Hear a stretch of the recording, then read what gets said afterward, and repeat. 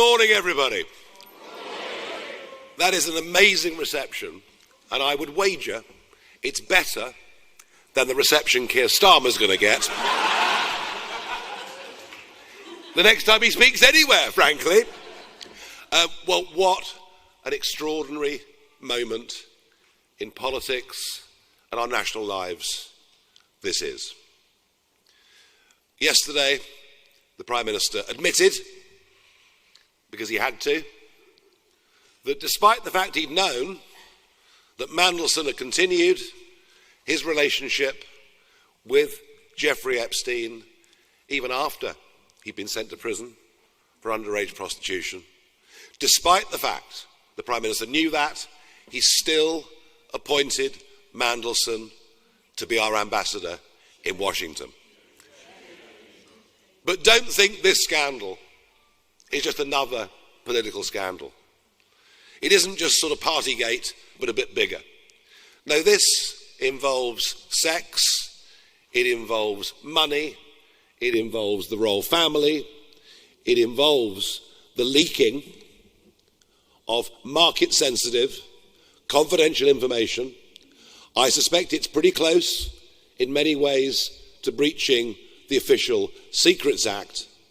This is far bigger than the Profumo scandal of 60 years ago.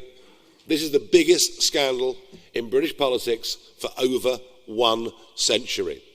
And I would predict pretty confidently, I said this yesterday, but I stick by it, I'd predict that Morgan McSweeney, the chief advisor, will be gone pretty quickly. I don't know how long Starmer will last as Prime Minister. Indeed, I'm very worried about it.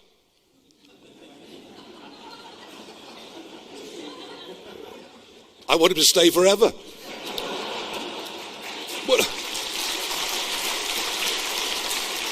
Well, when I say forever, I mean until May the 7th, when we have the elections in Wales, Scotland, London, and around the rest of the country.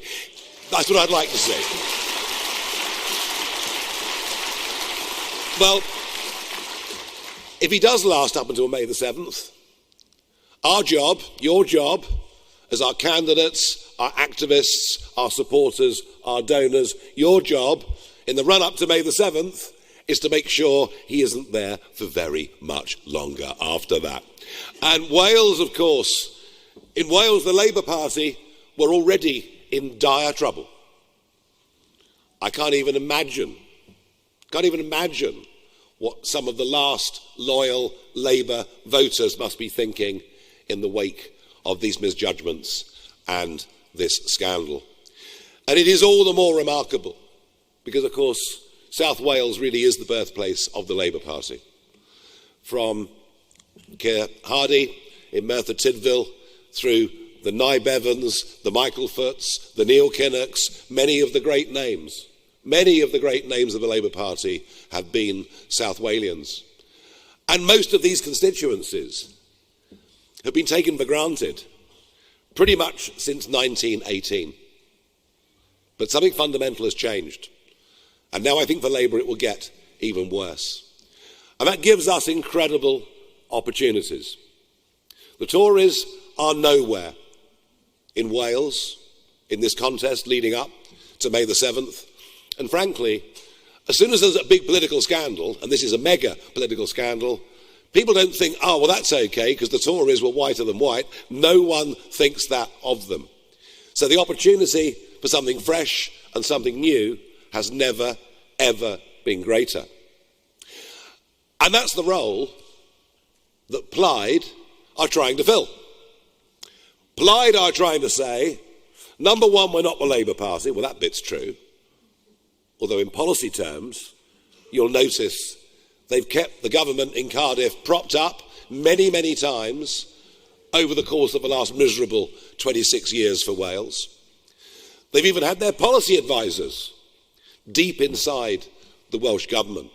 So we can't let Plaid get away with saying they're the party of change. They are not the party of change. They're the party of continuity. They're the party of continued failure in Wales, whether it's health, education, or some of the loony policies, such as the 20-mile-an-hour speed limit, which